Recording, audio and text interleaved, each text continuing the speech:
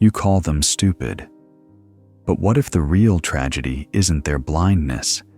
It's how desperately you still need their approval. Every time you bite your tongue in a room full of people saying things that make your soul ache, you're not preserving peace. You're teaching yourself that your truth doesn't matter. There's this moment. Maybe it happened at work or during a family dinner or scrolling through comments on a post about something you care deeply about. Everyone around you is nodding along to an idea that feels fundamentally wrong, not just different from your opinion. Wrong. Like watching someone insist that water flows uphill. And you feel it in your chest first. That tightness. The voice in your head starts calculating. If I speak up, they'll think I'm difficult. If I stay quiet, I'll hate myself. So you choose the familiar pain of self-betrayal over the unknown pain of standing alone. Sarah, a 32-year-old therapist, told me about this moment during a team meeting. Her colleagues were discussing a new treatment approach that she knew from her research and experience could actually harm their clients. But as she looked around the room at the enthusiastic faces, she felt herself shrinking. I became the person who smiles and nods, she said, and I hated myself for it. Hated. This isn't about being right or wrong. This is about something deeper. Something Carl Jung understood about the human psyche when we haven't confronted our own shadow. The parts of ourselves we'd rather not see, we become desperate to blend into the collective. We'll abandon our inner knowing to avoid the terror of psychological isolation. Inside you, right now, there are two people having a conversation. One of them sounds reasonable, diplomatic, socially conscious. Don't be judgmental, this voice says. Everyone's doing their best. Maybe you're the one who's wrong. Maybe you're just being elitist. This is your survival self, your well-trained conformer who has learned that belonging requires agreement. But there's another voice, quieter but more ancient. This voice doesn't care about social harmony. It cares about truth, about integrity, about the strange, uncomfortable clarity that comes from seeing what others refuse to see. This is your real self, the part of you that Jung would call connected to the transcendent function. The part that can hold paradox, that can see beyond the crowd's limited vision. The tragedy is that most people never learn the difference between these two voices. They think the survival self is wisdom, when it's really just fear wearing a diplomatic mask. Marcus, a 28-year-old engineer, described this split perfectly. At work, I watch my colleagues get excited about projects I know will fail. Not because I'm smarter, but because I've seen this pattern before. But when I try to point out the problems, I get labeled as negative or not a team player. So I've learned to just disappear, to become someone who doesn't really have opinions. The survival self whispers, "This is how you stay safe. This is how you stay employed. This is how you stay loved." But the real self knows better. It knows that every time you choose belonging over truth, you lose a piece of yourself. You become what Jung called a collective being, someone who exists only in relation to others' expectations. Here's what's really happening. The crowd isn't stupid because they lack intelligence. They're unconscious because they're terrified of their own shadow. They're projecting their disowned parts onto anyone who dares to think independently. When you speak truth to a group that has collectively agreed to avoid truth, you become a mirror for everything they're trying not to see about themselves. And that's why they attack. Not because you're wrong, but because you're reflecting back their own abandoned authenticity. The Carl Jung shadow isn't just personal, it's collective. Entire cultures can live in denial of their shadow, creating what Jung called mass psychosis. When this happens, Anyone who refuses to participate in the collective delusion becomes the enemy, not because they're dangerous, but because they're awake. Think about the last time you felt truly seen and understood. I'm willing to bet it wasn't in a crowd of people all agreeing with each other. It was probably with one person, maybe a friend, a mentor, someone who wasn't afraid of complexity, who could hold space for your real thoughts, your real struggles, your real questions. That's because authentic connection doesn't happen between personas. It happens between souls, between the parts of us that have stopped performing and started being.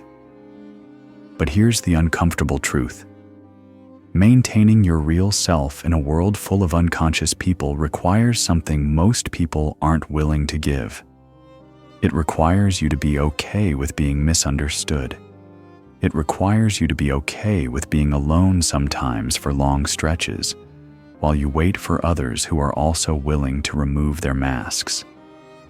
This isn't about becoming antisocial or arrogant. It's about developing what Jung called individual conscience, the ability to stand for something even when standing costs you everything. Here's the question that will change everything. If you have to abandon your ability to think clearly in order to belong, are you still yourself? Let me tell you about David. Brilliant guy, PhD in philosophy, could discuss Nietzsche and Heidegger for hours. But put him in a room with his extended family during the holidays, and he becomes someone else entirely. He laughs at jokes that aren't funny. He agrees with statements that contradict everything he believes. He becomes, in his own words, a philosophical prostitute. I tell myself I'm keeping the peace, David told me. But really, I'm just terrified that if they see who I really am, they'll stop loving me. So I perform this version of myself that they can accept. And every year, that performance feels more like my actual identity. This is the Carl Jung shadow at its most insidious. It's not just the dark parts of ourselves we deny, it's the bright parts too. Our intelligence, our intuition, our capacity for deeper seeing. We shadow our gifts because we're afraid they'll make us too different, too isolated, too alone. Jung wrote, "The meeting of two personalities is like the contact of two chemical substances. If there is any reaction, both are transformed. But what happens when one person refuses to be transformed? What happens when someone is so defended against their own depths that they can't tolerate anyone else's? They attack, they dismiss, they label you as difficult or negative or too intense. They project their own shadow onto you, making you the carrier of everything they refuse to own about themselves. I want you to imagine something. Imagine a version of yourself that never learned to shrink, that never learned to dumb down your insights to make others comfortable, that never learned to apologize for seeing things others couldn't see. Who would that person be? What would they say? How would they move through the world? Now imagine the cost of not becoming that person. Imagine spending your entire life translating yourself into a language that others can understand until you forget your native tongue. Imagine dying with your deepest thoughts unspoken, your truest self, unexpressed, your most important contributions ungiven. The revelation isn't that other people are stupid. The revelation is that you've been complicit in making yourself stupid by constantly choosing their comfort over your truth. Here's what Jung understood that most people miss. Consciousness is not comfortable. It's not socially convenient. It doesn't make you popular at parties. True consciousness, the kind that leads to individuation, requires you to see things that others can't or won't see. It requires you to feel things that others have numbed themselves to. It requires you to know things that others would rather remain ignorant about. And when you live from this place of consciousness, you become what Jung called a disturber of the peace. Not because you're trying to be difficult, but because your very presence reminds others of the parts of themselves they've abandoned. The crowd doesn't hate you because you're wrong. They hate you because you're awake. And your awakeness is a constant reminder of their sleep. But here's the deeper revelation. You can't wake someone up by arguing with them. You can't convince someone to think by giving them better facts. The only thing that wakes people up is their own discomfort with their own sleep. And sometimes that takes a lifetime. Sometimes it never happens at all. This is where most conscious people get stuck. They think their job is to wake others up. They exhaust themselves trying to teach people who don't want to learn, trying to share insights with people who are invested in their blindness. But what if your job isn't to wake them up? What if your job is simply to stay awake yourself? What if the greatest service you can provide to the world is to be a living example of what's possible when someone refuses to participate in collective unconsciousness? Jung called this the transcendent function, the ability to hold the tension between opposites without collapsing into one side or the other, to be both connected to others and fiercely individual, to care about the collective while refusing to be consumed by it. This is your invitation to a different kind of escape, not an escape from the world, but an escape from the need to have the world understand you before you can be yourself. The moment you stop trying to save others from their unconsciousness is the moment you can save yourself from your own. Emma discovered this at 34, after years of what she called missionary work, trying to enlighten everyone around her. Her marriage was falling apart because she couldn't stop trying to wake up her husband. Her friendships were strained because she couldn't just enjoy surface-level conversations. She was exhausted from carrying everyone else's potential for growth. I realized I was doing to others what I hated when others did to me, Emma said.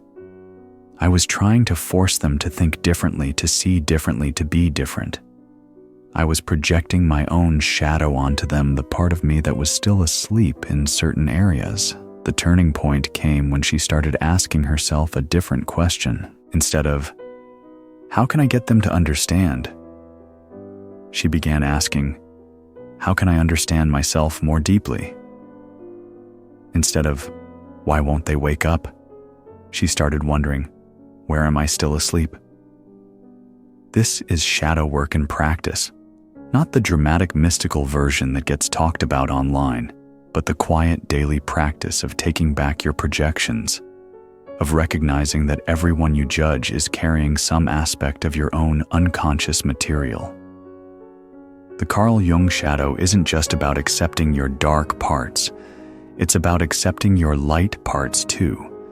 Your intelligence, your sensitivity, your ability to see patterns that others miss. Most people shadow their gifts just as much as they shadow their wounds. When you stop trying to be less than you are to make others comfortable, something interesting happens. You stop needing others to be more than they are to make you comfortable. You can appreciate people for who they are rather than resenting them for who they're not. But let's be honest about what this costs. Choosing consciousness over belonging means accepting a certain kind of loneliness. Not the devastating loneliness of abandonment, but the clean loneliness of integrity. The loneliness of someone who would rather be alone with their truth than together with a lie. This isn't about becoming antisocial or developing a superiority complex. It's about developing what Jung called individual conscience, an internal guidance system that's stronger than external pressure. Your inner anchor isn't built through opposition to others. It's built through deep alignment with yourself. It's built by asking, what do I actually think about this? Instead of what should I think about this? It's built by asking, what does my soul need? Instead of what will make others approve of me? The practice is simple but not easy. Every time you feel that familiar tightness in your chest, the signal that you're about to abandon yourself for social harmony. Pause. Breathe. Ask yourself, what would I say if I weren't afraid? What would I do if I trusted that the right people will appreciate my authenticity? And then gradually, in small doses, start experimenting with telling the truth. Not to change others, but to stay connected to yourself. Living among unconscious people without becoming unconscious yourself isn't about building walls. It's about building roots. Deep roots that go down into something more solid than other people's opinions. Think of yourself as a lighthouse. A lighthouse doesn't argue with the storm. It doesn't try to convince the waves to be calmer. It simply stands anchored to something deeper than the weather, and it shines. The ships find it not because it's trying to save them, but because it's committed to its own illumination. When you build this kind of inner stability, something remarkable happens. You can be with people without losing yourself. You can care about others without carrying their unconsciousness. You can offer love without requiring understanding in return. Jake, a 39-year-old artist, described this shift beautifully. I used to feel like I was drowning in other people's energy, their opinions, their emotions, their expectations. It all felt like it was crushing me, but now I feel like I have this space inside me that nobody can touch. I can engage with people from that space instead of from my neediness or my fear. This space, Jake describes, is what Jung called the self with a capital S. Not the ego self that needs validation, but the deeper self that's connected to something eternal, something that can't be shaken by temporary circumstances or other people's judgments. The paradox is that the more connected you become to this deeper self, the more compassionate you become toward others. When you're not constantly defending your own fragile identity, you can see others more clearly. You can see their pain, their fear, their own split between who they are and who they think they need to be. You stop taking their unconsciousness personally. You realize that their need to conform, their resistance to depth, their attacks on anyone who thinks differently, these aren't really about you. They're about their own terror of psychological isolation. But here's what changes: you stop trying to fix them. You stop trying to wake them up. You stop trying to prove that you're right. Instead, you become curious. What must it be like to live in such fear of your own thoughts? What must it be like to need everyone to agree with you in order to feel safe? This curiosity is the opposite of judgment.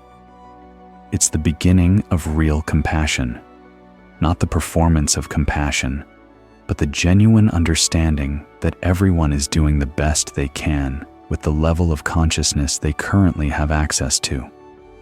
When you live from this place, you become what Jung called a temenos, a sacred container.